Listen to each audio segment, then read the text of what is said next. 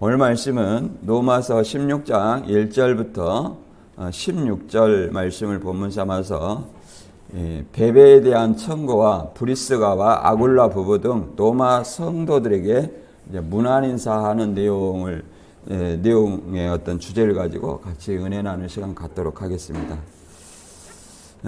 오늘 이제 본문 들어가기 전에 이제 제가 어떤 사람한테 이런 질문을 받았어요. 장로교는 칼빈의 절대 애정론 이게 이해가 안 간다. 무조건적 선택. 그러면 나를 믿을지 안 믿을지, 구원 받을지 안 받을지 이걸 선택해 놨느냐. 우리 교회에서는 자주 이걸 얘기를 했습니다만은 칼빈의 5대 교리가 뭐예요? 한 번도 안 들어봤죠. 교회 다니면서 그냥 저도 학교 다니면서 외웠어요. 전무제 불성 이렇게 전적 타락, 무조건적 선택. 이 무조건적 선택이 다른 어떤 이단들의 공격이 대상되는 거예요. 여기서 이제 무조건적 선택이 뭐냐? 이제 예정이거든요. 예정. 이걸 이해를 못하는 거예요. 이해되세요? 이해 안 돼? 그래서 이거를 제가 이제 그걸 잘 설명을 해야 돼요. 내가 잘 이해를 해야 설명할 수 있어요. 그냥 하나님의 말씀은 이해하는 것이 아니라 믿음으로 받아들여라 그러면 저도 이해가 안 가요. 그거는 납득이 안 돼. 특히 삼위일체 설명할 때 이해하지 말고 믿음으로 받아들여, 무조건 믿어, 이런 어떤 얘기잖아요. 그러면 우리가 이성을 가진 존재로서 답답하는 겁니다. 물론 하나님은 보이지 않지만 이 성경을 통해서 보이지 않는 어떤 존재를 우리가 믿거든요. 그래서 우리가 이제 칼빈의 5대 교리가 다 어디서 나온 근거냐면 성경에 나온 어떤 근거예요. 그래서 이걸 누가 봤을 때 예정론을 비판할 때 그것을 설명을 해줘야 되잖아요. 어떻게 설명해 줄 수 있어요? 그냥 창세부터 예정해놨다는 거예요. 그러면 그런 말씀이 성경에 없어요? 있습니다. 있어요. 그럼 그걸 무조건적 선택이 예정론이거든요. 이거를 설명을 해줘야 돼요.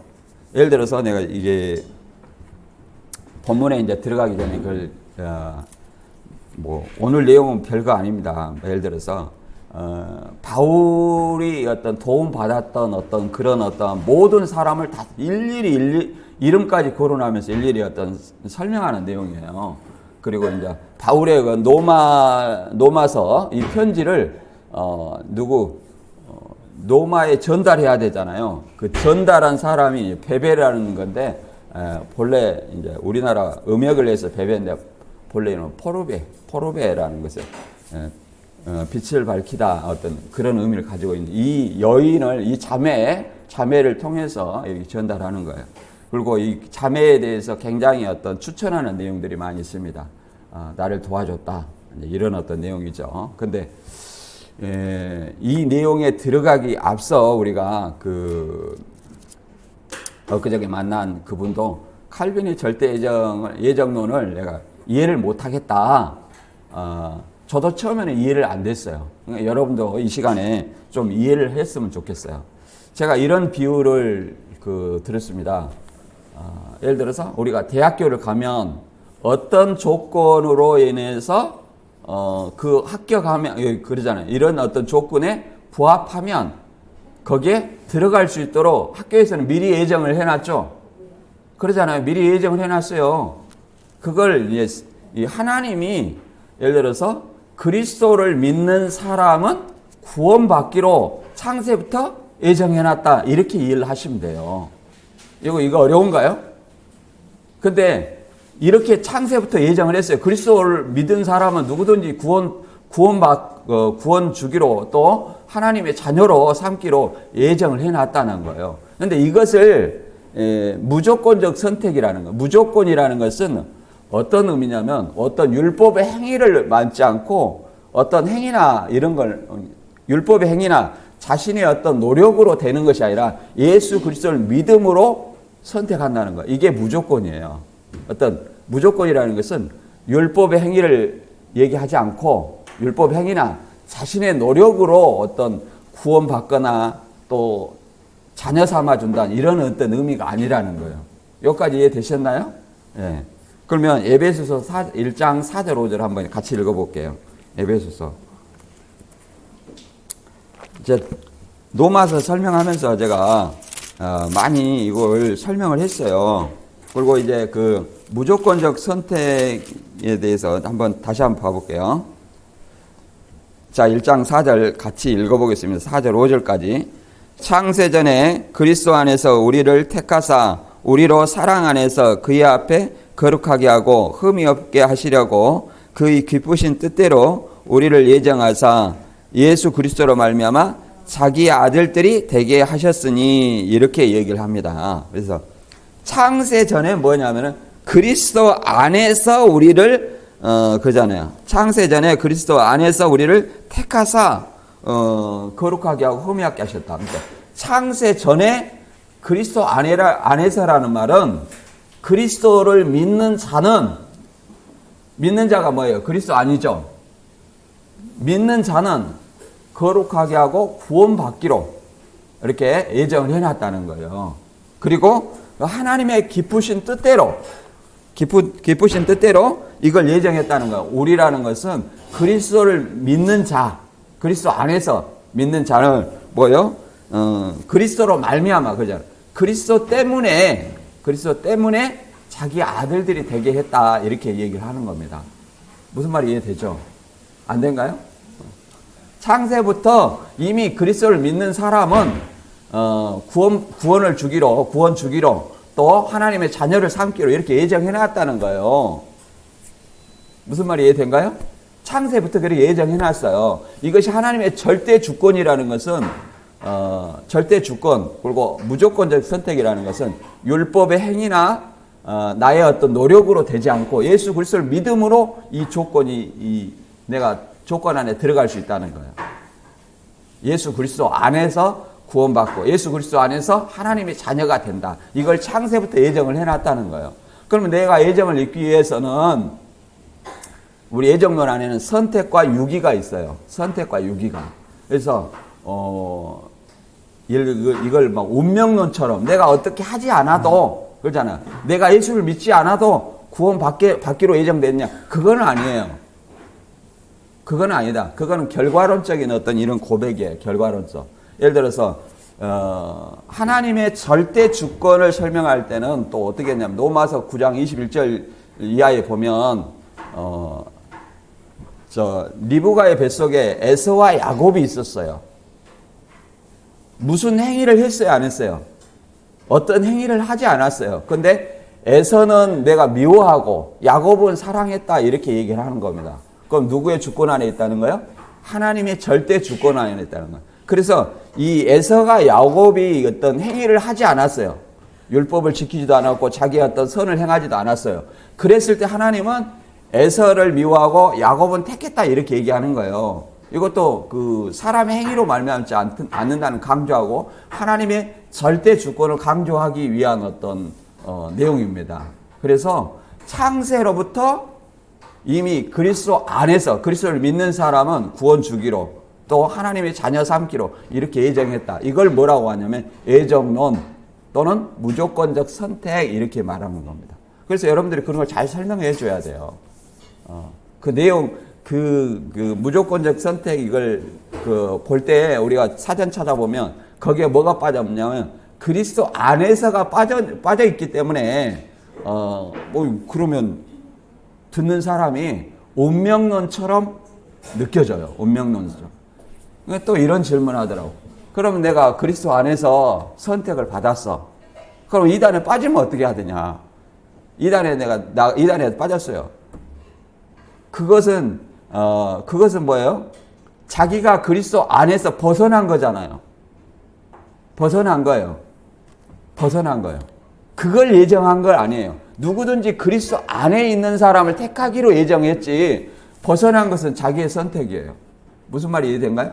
하나님 예를 들어서 이렇게 그 예정론을 무조건 그냥 운명론처럼 그것도 예정했어 저것도 예정했어 이렇게 하면 안 됩니다. 하나님이 아담한테 너 선악과 따먹어라 이렇게 예정해놨습니까?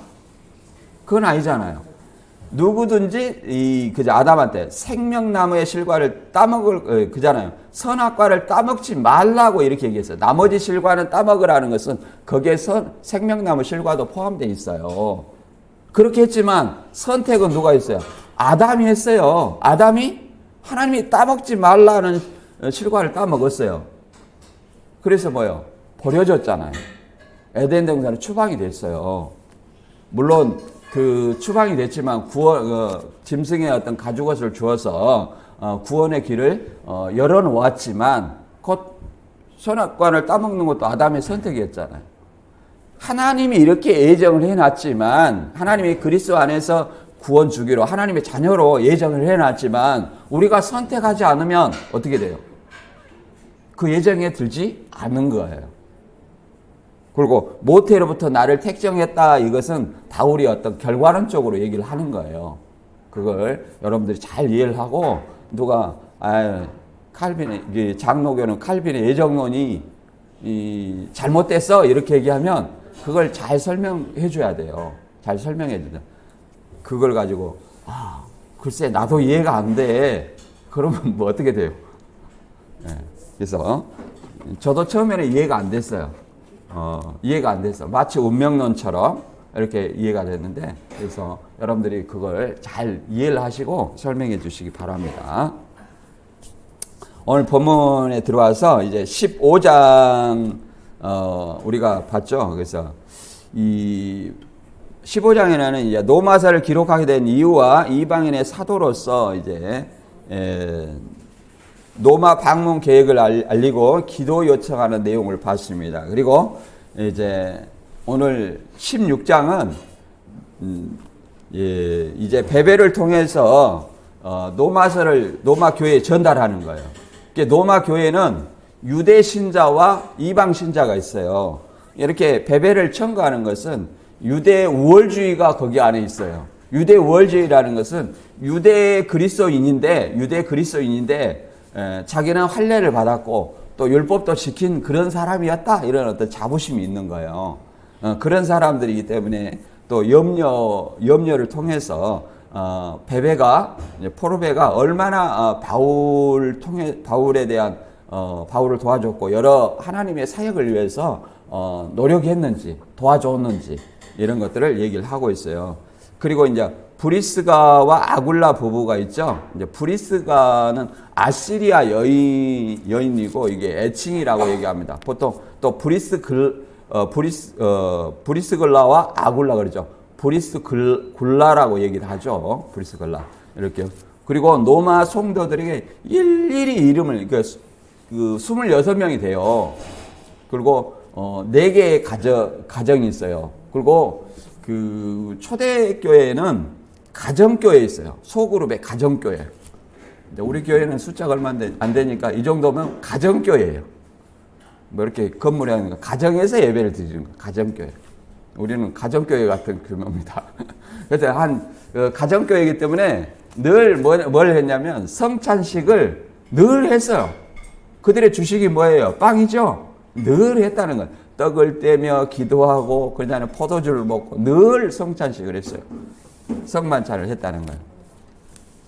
그래서 이것이 정식 이제 그 어떤 사람이 이런 그리스도인들이 많아지니까 이제 가정교회가 이런 어떤 건물을 통해서 집회로 교회처럼 이렇게 모임으로 이렇게 구체적으로 그 행사로 어떤 성찬식을 이렇게 행사로 하는 것은 이제 2세기 경부터 이렇게 됐어요. 2세기 경부터.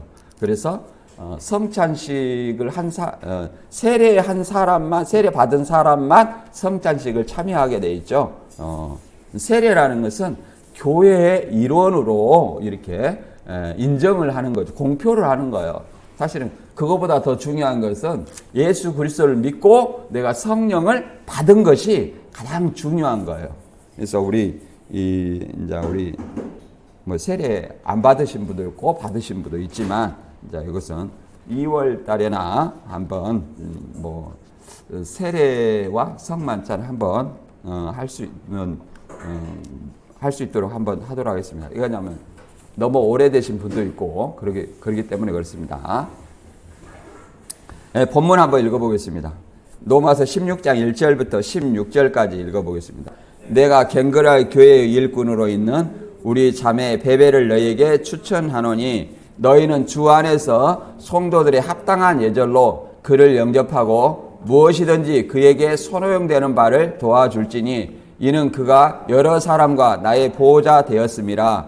너희는 그리스도 예수 안에서 나의 동역자들인 브리스가와 아굴라에게 문안하라. 그들은 내 목숨을 위하여 자기들의 목까지도 내놓았나니 나뿐 아니라 이방인의 모든 교회도 그들에게 감사하느니라.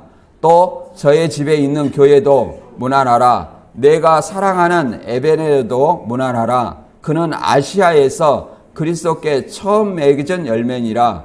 너희를 위하여 많이 수고한 마리아에게 문안하라. 내 친척이요 나와 함께 갇혔던 안드로고니와 유고니아에게 문안하라. 그들은 사도들에게 존중이 여기고 또한 나보다 먼저 그리스도 안에 있는 자라.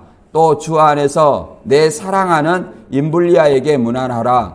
그리스도 안에서 우리의 동역자인 우르바노와 나의 사랑하는 스다구에게 문안하라. 그리스도 안에서 인정함을 받은 아벨레에게 문안하라.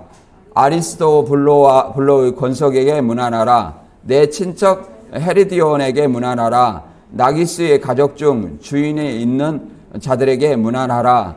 주 안에서 수고한 드루베나와 드루보사에게 문안하라. 주 안에서 많이 수고하고 사랑하는 버사에게 문안하라. 주 안에서 택하심을 입은 누포와 그의 어머니에게 문안하라. 그 어머니는 곧 내 어머니니라. 이순 그리스와 블로곤과 허메와 바드로바 허마와 및 그들과 함께 있는 형제들에게 문안하라. 빌룰로와 율리아와 또 네레오와 그의 자매 올롬보와 그들과 함께 있는 모든 성도에게 문안하라. 너희가 거룩하게 입맞춤으로 서로 문안하라. 그리스도의 모든 교회가 다 너희에게 문안하느니라. 아멘. 이름이 어렵네.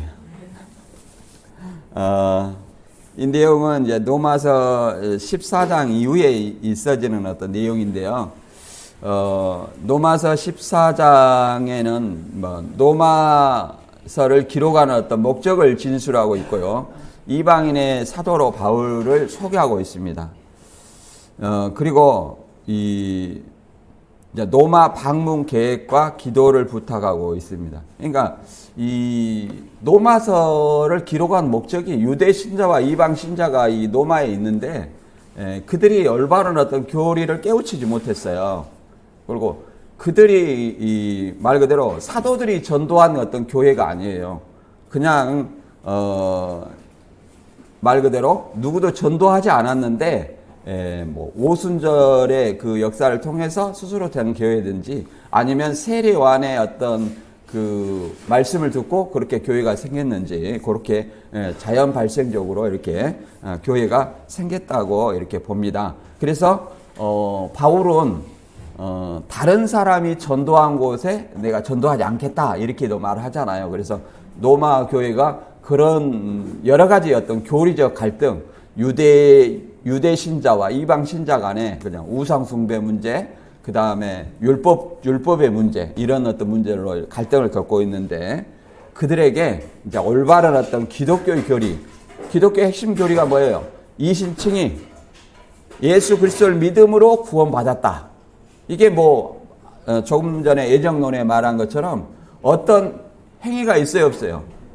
없다 이 말이에요. 무조건적 선택이, 그걸 무조건적 선택이라는 거예요. 그리스도를 믿는 자는 무조건 선택받는다 이 말이에요. 그걸 무조건적 선택이라 하는 거예요. 그래서 이제 그들에게 이제 교리와 이신칭의 교리와 또 이방인과 유대 신자 사이의 교회 안에서 어떻게 생활해야 될 걸 설명하고 있는 것이 이 로마서예요. 우리가 성경을 볼 때 항상 이것만 알면 모든 어떤 말씀이 이게 성경적인지 아닌지 다 알 수 있다는 거예요. 왜 그러냐면 성경을 왜곡한 것들이 많지 않습니까? 신천지는 계시록을 통해서 이만희를 드러내고 안상홍은 어머니 하나님, 이렇게 물어보더라고요. 안상홍을 상담했는데 장길자 씨를 뭐라고 그래요? 어머니 하나님이라고 하죠. 창세기 1장에 이런 말이 있어요. 하나님이 우리 형상대로 남자와 여자를 창조하시고, 그 남자와 여자가 이 장에 아담과 하와예요. 마태 19장에 보면. 그러니까 아담과 이전에 뭐 누구 사람이 있었다, 이것은 다 뻘소리예요. 만들어낸 소리예요. 자, 그래서 우리의 형상대로, 그러니까 우리가 누구냐? 남자 여자를 창조했으니까 하나님도 남자와 여자가 있을 거 아니냐? 그래서 내가 그랬어요. 하나님도 인간처럼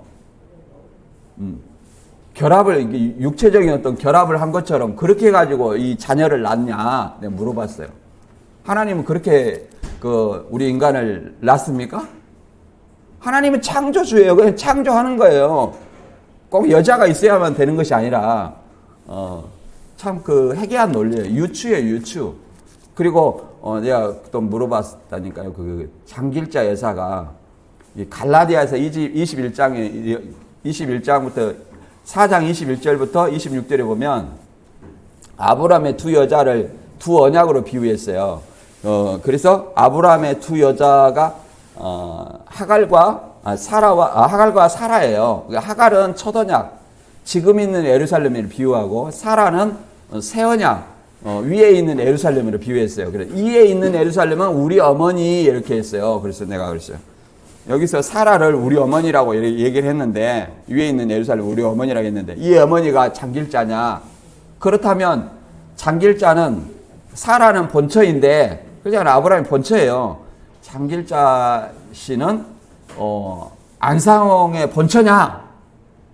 내가 그 사람들한테 물어봤다. 근데 본처가 아니란다. 그럼 뭐냐? 내가 차마 첩이란 말은 못하겠고, 우리나라는 첩제도가 없어요. 그러죠? 첩제도가 없으니까 첩이란 말은 못하겠고, 아무튼 본처도 아닌데 왜 사라를 흉내내냐? 이거는 말이 맞냐 안 맞냐? 그러니까 이제 아니야. 그러니까 자기 믿는 것하고 안 맞다는 거예요. 성경이. 아니야. 내가 배운 것하고 아니야. 이렇게 부인하는 거예요. 성경을. 그래서 성경을 보는 관점이 그만큼 중요하다는 거예요. 중요하다. 그래서 그 저자의 어떤 역사적 시대 상황에 맞추어서 1차 수신자에게 어떤 1차 메시지를 줬는가, 이걸 아는 것이 굉장히 중요해요. 그리고 다음에 이 메시지를 통해서 우리가 얻을 교훈은 무언가, 이렇게 우리가 이해를 해야 돼요. 그걸 왜곡하라 하니까 좋은 것 나면 다 나쁜 거는 너, 이렇게 보는 거예요, 성경을. 이게 얼마나 잘못된 겁니까? 그래서 이단들이 많이 생기고 교파가 많이 생기는 거예요. 성경을 올바로 보지 못하니까. 그리고 항상 제가 말씀드리지만, 이 앞에 인도자는 항상 성도들에게 눈을 띄워줘야 돼요. 소경이 소경을 인도하면 어디에 빠져요? 구덩이에 빠져요. 구덩이에 빠져요. 장님이 장님을 인도할 수 없는 거예요. 소경이 소경을 인도할 수 없는 거예요. 그래서 눈을 띄워줘야 돼요. 그리고 스스로 눈을 띄면 내가 성경을 올바로 보고 분별할 수 있어야 돼요. 그래서 우리 교회는 말씀대로 눈을 뜨시는 여러분이 되시길 바랍니다.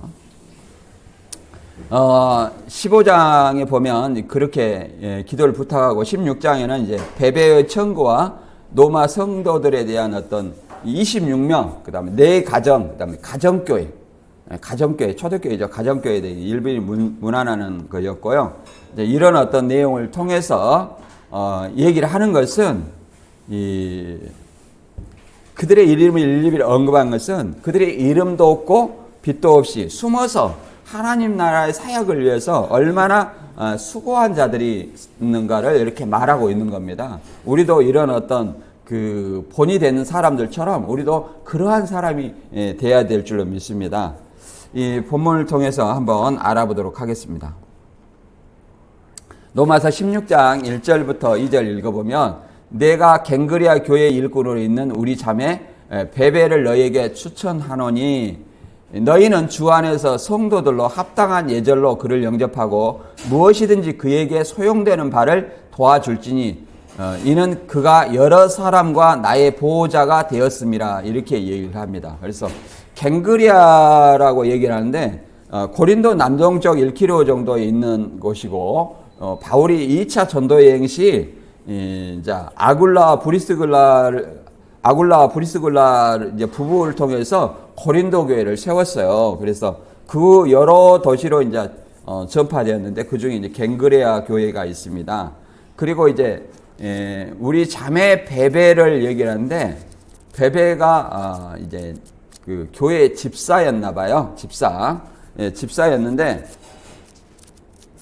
이 일꾼이라고 하잖아요. 그러면 디아코노스로 이렇게 봉사자를 얘기합니다. 봉사자. 우리 봉사자로서 그 사도행전 6장에 보면 7집사를 선택했죠. 스데반이나 빌립이나 뭐 브로고르나 이런 어떤 사람, 니골라라는 7집사를 선택했잖아요. 근데 제가 집사의 역할을 얘기를 했지만 집사가 하나님 말씀 모르는 사람이 이 집사를 하면 시험 받아요. 하나님 말씀을 장성해야만 이게 이 봉사활동을 할 수 있는 거예요. 봉사는 어떤 거냐? 누가 알아주지를 않아요. 안 하면 티나고 해도 별로 티가 안 나요. 그래서 이 봉사는 항상 장성한 자, 하나님만 바라보고 하는 사람이 해야 되는 거예요. 그래서 집사가 뭐 봉사만 하냐? 하나님 말씀도 빌립이나 스데반 하나님 말씀 담대히 전했어요, 안 전했어요? 전했다는 거예요. 그만큼 성경에 지식이 있고 성령에 충만한 자라고 얘기를 합니다. 물론 초대교회는 집사의 직분을 어떻게 얘기했냐면 남자들만 먼저 세웠나 봐요. 그러다가 이제 후에 여자 집사님들 세운 것 같아요. 여기 보면 이제 그랬고 이제 여기 이제 아굴라와 브리스길라를 얘기하는데 이제 사도행전 18장 2절에 보면 이런 말이 있습니다. 아굴라라는 본도에서 난 유대인의 한 사람을 만나니 글라우디오가 모든 유대인을 명하여 로마에서 떠나라 한 거로 그가 그 안에 브리스글라와 함께 이달리아로부터 새로 온지라 바울이 그들에게 감해 생업이 같음으로 함께 살며 일을 하니 그 생업은 천막을 만드는 것이더라. 안식일마다 바울이 회당에서 강론하고 유대인과 헬라인을 권면하더라. 이제 브리스글라 아굴라가 이제 고린도 교회를 세웠다 하잖아요. 근데 이제 이 글라우디오는 황제예요, 황제. 로마 황제가 유대인을 로마에서 다 추방을 한 거예요. 추방했을 때 이제 바울도 유대인이죠. 유대인이니까 추방 당하는 거예요. 그래서 뭘 만드는 일? 브리스글라와 아굴라가 어떤 일은 천막 만드는 일을 했다는 거예요. 천막. 그래서 바울도 자비량하기 위해서 천막을 만들었다는 거예요. 특히 고린도 교회에서는 바울의 어떤 사도성을 문제 삼아서 이렇게 했습니다. 바울의 사도성. 사도가 아니다. 여기 뭐냐면은 12사도만 사도다. 베드로 부부도 생활비를 다 지원을 해줬어요. 그러나 이 고린도 교회가 너무 믿음이 영적으로 미성숙한 어린아이와 같은 자였어요. 그래서 바울이 전도 교회를 세웠잖아요. 고린도. 그런데도 불구하고 바울은 사도가 아니다. 이런 어떤 말들이 있었어요. 그래서 바울은 그것이 걸림이 될까봐 쓰는 권위 있지만 자비랑한다고 얘기를 한 거예요. 이렇게 걸림이 되는 교회에서. 그래서 천막 만드는 일로 같이 하면서 브리스글라 아굴라와 함께 천막 만드는 일을 하면서 교회를 얘기를 했죠. 오늘날로 말하면 이중직이라고 말할 수 있죠. 그리고 이제 브리스길라는 아시리아족의 여성으로서 브리스길라라는 뜻은 이제 브리스가의 애칭이라고 얘기합니다. 아시리아족으로 애칭. 그 두 얘기 나오죠. 브리스가로 본문에 나오지만 사도행전에는 브리스길라 이렇게 나오죠. 브리스길라. 이거는 뭐 브리스가의 애칭이라고 얘기를 합니다. 그리고 이제 집사들을 뭐 어떻게 세웠냐면 이제 디모데전서 3장 8절을 한번 같이 읽어볼까요? 디모데전서 3장 8절 읽어보면 이와 같이 집사들도 정중하고 일구이원을 하지 아니하고 술에 임박이지 아니하고 더러운 일을 탐하지 아니하고 깨끗한 양심에 믿음의 비밀을 가진 자라 할지니라. 이에 이 사람들을 먼저 시험하여 보고 그 후에 책망할 것이 없으면 집사의 직분을 맡길 것이요 여자들도 이와 같이 정숙하고 모함하지 아니하며 절제하며 모든 일에 충성된 자라야 할지니라. 이렇게 얘기를 하고 있습니다. 그래서 일구이원 하지 않고 술에 임박이지 아니하고 더러운 일을 탐하지. 이게 남자들에 해당되는 내용이에요. 술 많이 마시니까. 그래서 깨끗한 양심의 비밀을 가질지니라. 더러운 일을 탐하지 않은 것은 또 집사들이 또 뭐 어떤 거냐면 교회 회계도 맡아 하는 것들이 있어요. 요즘에는 이제 장로님들이 뭐 하는 데도 있고 그런데 그걸 맡아가지고 어떤 교회 같은 데는 뭐 교회가 뭐 1,000몇백 명 되니까 이게 헌금이 많아요. 그래가지고 그 나중에 몇십억이 이렇게 횡령한 것이 드러나가지고 목숨까지 끊은 일이 있어요. 뉴스는 안 나왔지만 강주에서 있었던 일이에요. 그런 일도 있다니까요. 예, 돈이 중요하게 해서 사람이 중요하지. 근데 아무튼 스스로 그렇잖아요. 그걸 토해내야 되는데 못 토해내. 써본 돈을. 그래서 이제 목숨을 끊은 것 같아요. 그런 일이 있다 이 말이에요. 그러니까 교회는 항상 영리사업이 아니에요. 이걸 영리사업으로 생각하는 사람들이 있더라고. 영리사업이 아니에요. 영리사업을 하면 밖에 가서 그 교회 주일 수요일 다니고 세상 일을 해야지 왜 교회를 합니까? 그러잖아요. 그리고 이제 이에 먼저 시험하여 보고 책망할 것이 없으면 집사의 직분을 맡기라. 그러니까 집사의 직분이 굉장히 중요하다는 걸 설명하고 있고요. 이 여자들도 이와 같이 그러면 남자를 먼저 세웠다는 거예요. 그 다음에 여자를 세운 것이죠. 그래서 모함하지 아니하며 절제하며 모든 일을 충성된 자라 할지라. 왜 그러냐면 여기 여자분들 많이 있는데 이런 얘기해서 죄송합니다. 제가 신천지에서 뭐 장년부도 맡고 부녀부도 맡고 이렇게 대학가도 맡고 여러 군데 맡았어요. 근데 부녀부의 어떤 말이 얼마나 파괴력이 있는지 뭐 그런 비슷한 속담도 있잖아요. 여자 셋이 모이면 어떻게 한다. 그런 속담도 있는데 저녁 12시에 저한테 무슨 소리가 들어와요. 그러면 다음날 새벽 5시가 되기 전에 저한테 다시 뺑 돌아가고 한 바퀴 돌아가고 저한테 전화 와. 무서워요. 무슨 말인지 알겠죠? 뭔 할 말이 그렇게 좋은 일도 아닌데 많은지 이렇게 12시 넘어가서 전화한 내용이 다음날 새벽 5시가 전에 다시 저한테 전화 와. 아유, 무섭더라고요. 그래서 제가 입 닫고 살았어요. 거기서 입 닫고 조용히 하나님 말씀만 전하. 예, 그런가요? 입 닫고 살았다니까요. 왜 그러냐면 한번 그 접시에 올려주면 그 사람 끝장나는 거예요. 그래서 그만큼 무섭더라고요. 말이 무서운 거예요. 물론 말에 온전한 사람은 없어요. 말에 온전한 사람은 없지만 그만큼 좀 말에 우리도 조심해야 될 줄로 믿습니다.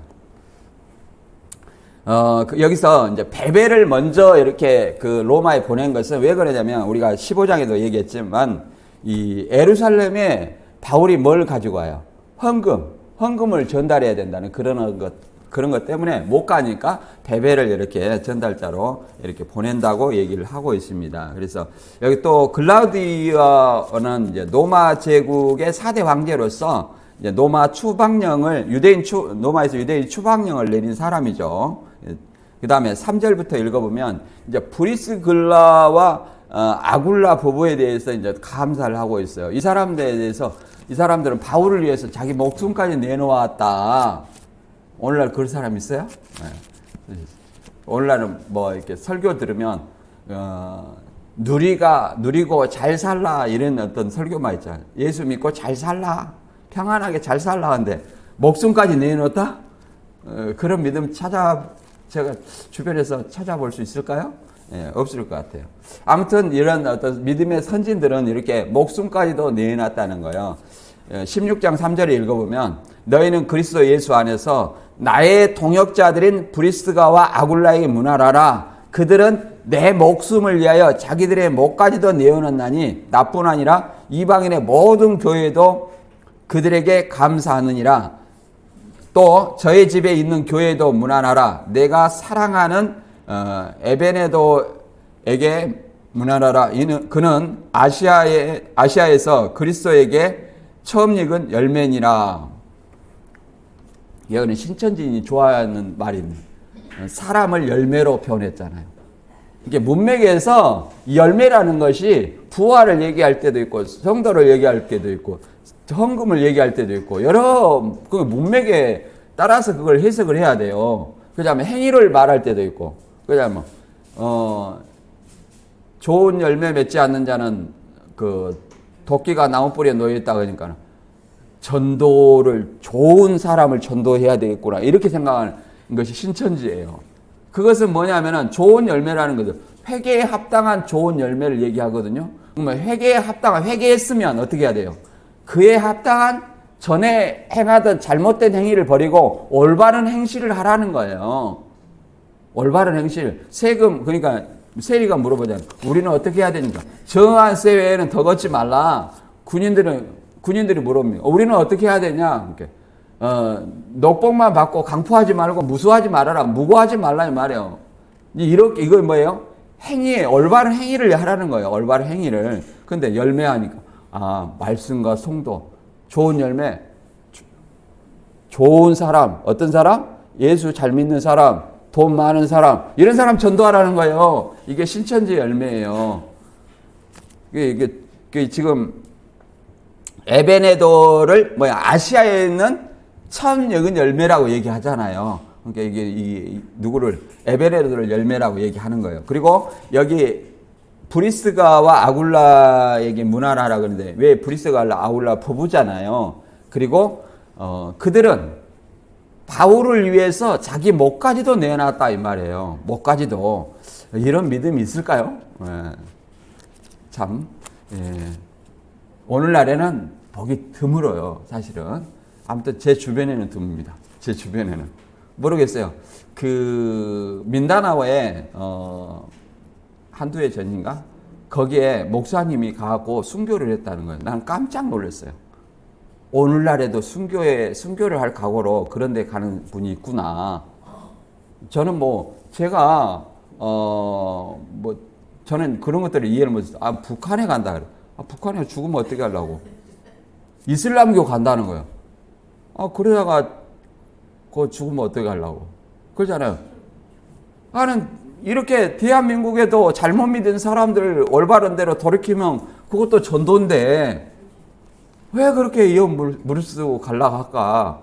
이런 생각이 드는데 그런 분도 있기 때문에 복음이 땅끝까지 전파되는 거예요. 아무튼 그래가지고 그 사모님도 대단하더라고요. 뭐라고 하냐면 다시 민다나오에 또 가야 된다는 거예요.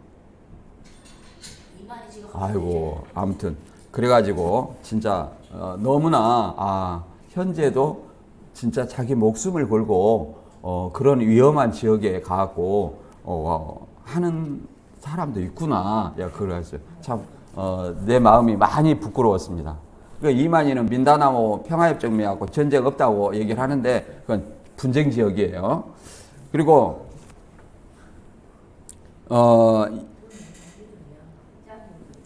이제 실명이 거론된 이제 26명 중에 이게 아까 보니까 가정교회라고 그랬죠. 가정교회.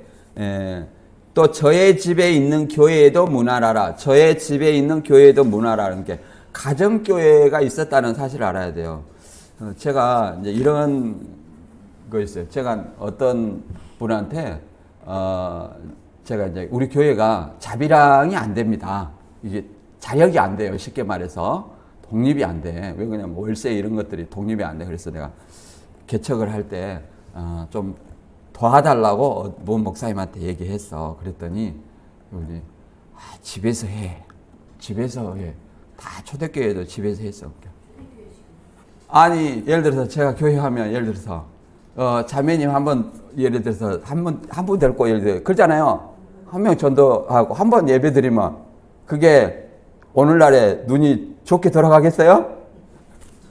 네, 참. 그리고 저희 집이 그렇게 크지도 않아요. 앉을 자리도 없어. 어디서 예배를 드리라는 건데 도대체 이해가 안 가더라니까요. 요새 그런 데가 어디가 있어요. 뭐 집이 예를 들어서 막 한 50평, 100평 되면 별도로 거실 해가지고 분리해갖고 이렇게 할 수도 있을 것 같아요. 그런데 나 진짜 왜 그러지? 도와달라고 해봤자 뭐예요? 5만 원, 10만 원이에요. 교회가 도와주는 것이. 이제 티끌 모아서 이제 이렇게 태산이라고 그렇게 해가 여러 후원으로 이제 교회가 운영되는데 그거 얘기하는데 그 얘기하니까 참 낯뜨겁고 이게 도와달라는 것이 함부로 하는 것이 아니구나. 내가 그때 그런 걸 느꼈어요. 아무튼 지금은 이렇게 가정교회가 거의 가정교회 하면 이제 오해받을 수도 있어요. 이 가정교회. 초창기에는 초대교회에서는 이런 가정교회가 있었다는 것을 제가 말씀드리는 거예요. 그 다음에 이제 실명이 6절부터는 실명이 24명의 실명이 이렇게 거론하면서 일일이 이렇게 문안 인사를 하는 겁니다. 이렇게 여기서 너희를 위하여 수고한 마리아에게 문안하라. 마리아는 히브리 이름으로 미리암을 얘기합니다. 미리암. 그래서 교회를 위해서 수고한 자들을 쭉 나열하는 거예요. 내 친척이요 나와 함께 갇혔던 안드로니고와 유니아에게 문안하라. 그들은 사도들에게 존중이 여겨지고 또한 나보다 먼저 그리스도 안에서 있는지라. 여기서 사도들이라고 얘기하는데 여기서 사도들이라는 것은 12사도를 얘기하는 건 아니고 또 바울과 같은 사도를 얘기하는 건 아니고 이 예수님의 죽음과 부활을 목격한 자로 얘기를 합니다. 사도라는 것은 아포스톨로스로 보냄을 받은 자인데 우리가 다 사실은 크게 보면 다 보냄을 받은 자예요. 복음을 들고 세상으로 보냄을 받은 자예요. 근데 여기서는 그리스도의 어떤 죽음과 부활을 목격한 자를 얘기를 하는 겁니다. 그래서 존중이 여겨지고 나보다 먼저 그리스도 안에 있는 자라. 그러니까 바울보다 먼저 그리스도를 믿는 자라고 얘기하는 거죠. 8절에 또 주 안에서 내 사랑하는 임블리아에게 문안하라. 그리스도 안에서 우리의 동역자인 우르바노와 나의 사랑하는 수다구에게 문안하라. 그리스도 안에서 인정을 받은 아벨레에게 문안하라. 아리스도블로와 건소에게 문안하라. 내 친척 헤리디온에게 문안하라. 나기스의 가족 중 주 안에 있는 자들에게 문안하라. 여기서 내 친척이라는 것은 동족으로 이해하면 동족 중에 누구를 믿는 자, 그리스도를 믿는 자로 이렇게 이해를 할 수 있습니다. 7절에도 내 친척이라고 얘기하였죠. 바울의 어떤 동족이라는 것은 바울이 무슨 지파요? 베냐민 지파잖아요. 베냐민 지파라고 얘기를 할 수 있겠죠. 베냐민 지파 중에 그리스도를 믿는 자 이렇게 얘기를 하면 될 것 같아요. 그 다음에 이게 나기수의 가족 중 주 안에 있는 자들에게 문안하라는데 나기수라는 것은 이제 로마 황제의 노예로서 해방된 자라고 얘기해요. 그 중에 이제 그리스도를 믿는 자. 그래서 그리스도 안에 있다는 것은 예수를 믿는 자를 얘기합니다.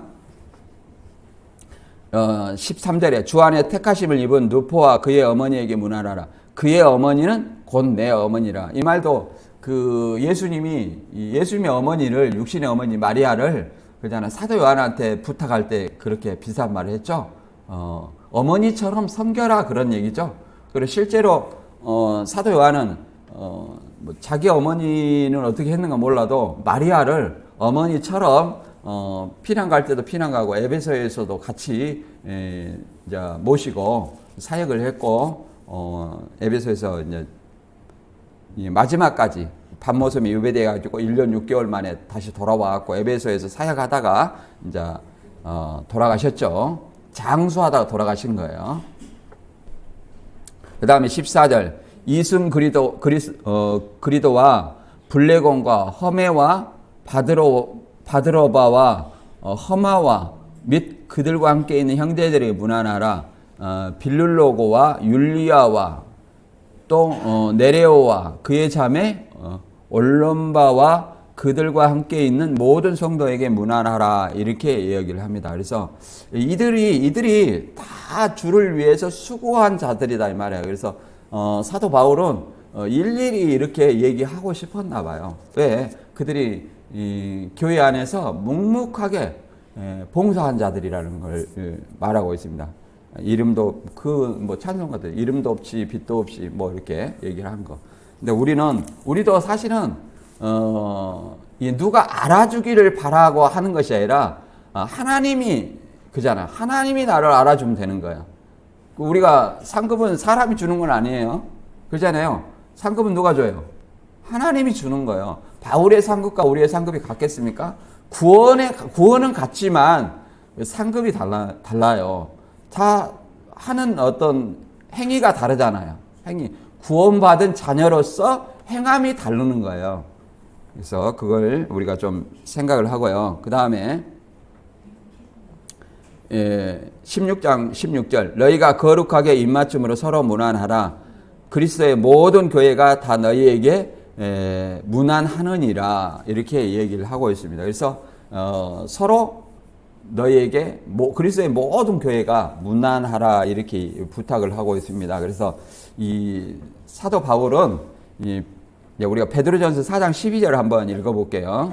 그래서 사도 바울은 사도행전 20장 24절에 이런 어떤 말을 합니다. 사도 바울의 어떤 그런 어떤 사명감과 다른 사람들의 어떤 사명감은 좀 다르겠지만 브리스길라와 아굴라는 사도 바울을 위해서 목숨까지 내어놓는 어떤 그런 신앙을 했다 이렇게 얘기를 합니다. 우리 자신들도 그런 환경이 닥친다면 나도 그러한 어떤 믿음에 서야 되겠다 이런 어떤 마음을 좀 가져야 돼. 오늘날에 뭐 그런 환경이 주어지지 않겠지만 뭐 그렇게 좀 했으면 좋겠습니다. 그래서 사도 바울은 이렇게 말합니다. 사도행전 20장 24절에 나의 달려갈 길과 주 예수께 받은 사명 곧 하나님의 은혜의 복음을 증거하는 일을 마치려 하면은 나의 생명을 조금 더 귀한 것으로 여기지 아니하노라. 그래서 예루살렘에 가면 잡혀가지고 갇힐 것을 천사가 알려줬어요. 그래서 가지 말라고 했지만 사도 바울은 그거 중요한 거 아니다. 이게 나의 목숨을 조금 더 귀한 것으로 여기지 않고 오히려 예루살렘에 들어갔던 거예요. 그리고 베드로전서 4장 12절에는 같이 한번 읽어보겠습니다. 사랑하는 자들아 너희를 연단하려고 오는 불시험을 이상한 일 당한 것 같이 이상히 여기지 말고 오히려 너희가 그리스도의 고난에 참여하는 것으로 즐거워하라. 이는 그의 영광을 나타나실 때 너희로 즐거워하고 기뻐하게 하려 함이라. 아멘. 이제 우리 예수 그리스도를 믿는 자에게는 교회 안에서든지 이 신앙으로 여러 가지 시험이 온다는 거예요. 여러 가지. 우리 교회 안에는 뭐냐면은 다 내 마음에 드는 사람만 있는 건 아니에요. 내 마음에 드는 사람은 자기 남편도 마음에 안 들잖아요. 가끔 또 싸우기도 하고 그러잖아요. 저 원수 같은 놈하고 내가 왜 결혼했을까 그렇게도 말하잖아요.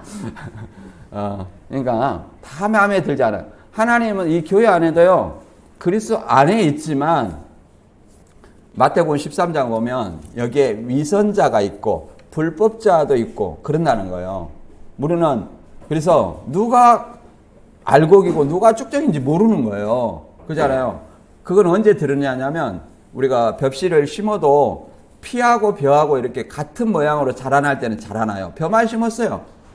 그렇잖아요. 여기 다 예수님만 믿어요. 근데 익을 때 뭐가 다르요? 피하고 벼하고 딱 구분이 돼요. 피는 이렇게 꼿꼿이 서 있지만 벼는 고개를 숙이잖아요. 그런 것처럼 우리도 예수 그리스도 재림 때까지는 누가 의인이고 누가 악인인지 아무도 몰라요. 목사니까 천국 간다 이런 말은 성경이 없어요. 선생된 제가 더 큰 책임이 크다, 더 많이 받는다 이런 어떤 말이 있어요. 오히려 더 책임이 더 중요한 겁니다. 그래서 그리고 이런 어떤 나에게 어떤 여러 가지 시험이 어떤 걸로 생각하냐면 하나님의 자녀로서 복을 받는 영광을 받기 합당한지 그걸 나를 테스트하는 거라고 생각해야 돼요. 나를 시험하는 걸로 생각해야 돼요. 그 시험을 이긴 후에야 연단을 통해서 시험을 이긴 후에야 하나님께서는 더 큰 축복을 주신다고 얘기하겠습니다. 그래서 그리스도의 고난에 참여하는 것으로서 그의 영광을 나타내실 때 즐거워하고 기뻐하게 하라 합니다. 이렇게 얘기를 합니다. 우리가 작은 시험이 있어요. 그걸 넘기면 그잖아요. 그와 같은 시험이 올 때 그건 아무렇지도 않게 느껴져요. 큰 시험을 넘기잖아요. 그러면 그보다 더 작은 시험들은요, 아무렇지도 않아요. 그런 것처럼 우리 그 시험이라는 것은 우리 자신을 연단하는 거예요. 그래서 나에게 시험이 오면 우리는 어떻게 생각해야 되냐면, 하나님께 나에게 큰 복을 주시려고 나를 연단하시는 보구나 이렇게 생각하면서 그 시험을 말씀을 붙들고 이겨내야 될 줄로 믿습니다. 오늘 말씀 다시 한번 정리하면 이제 바울은 로마에 예루살렘에 나아가기 때문에 예루살렘에 헌금을 이렇게 전달해야 되는 그 사명 때문에 로마에 가지 못하고 스페인으로 갈 때 로마에 들리려고 했죠. 이게 바울의 어떤 계획이었죠. 그렇기 때문에 이제 베베 곧 이제 포르베를 청구해서 로마서를 들고 가게 한 겁니다. 그래서 이 베베를 이렇게 문화나 영접하라고, 바울을 영접하듯이 영접하라고 얘기를 하고 있고요.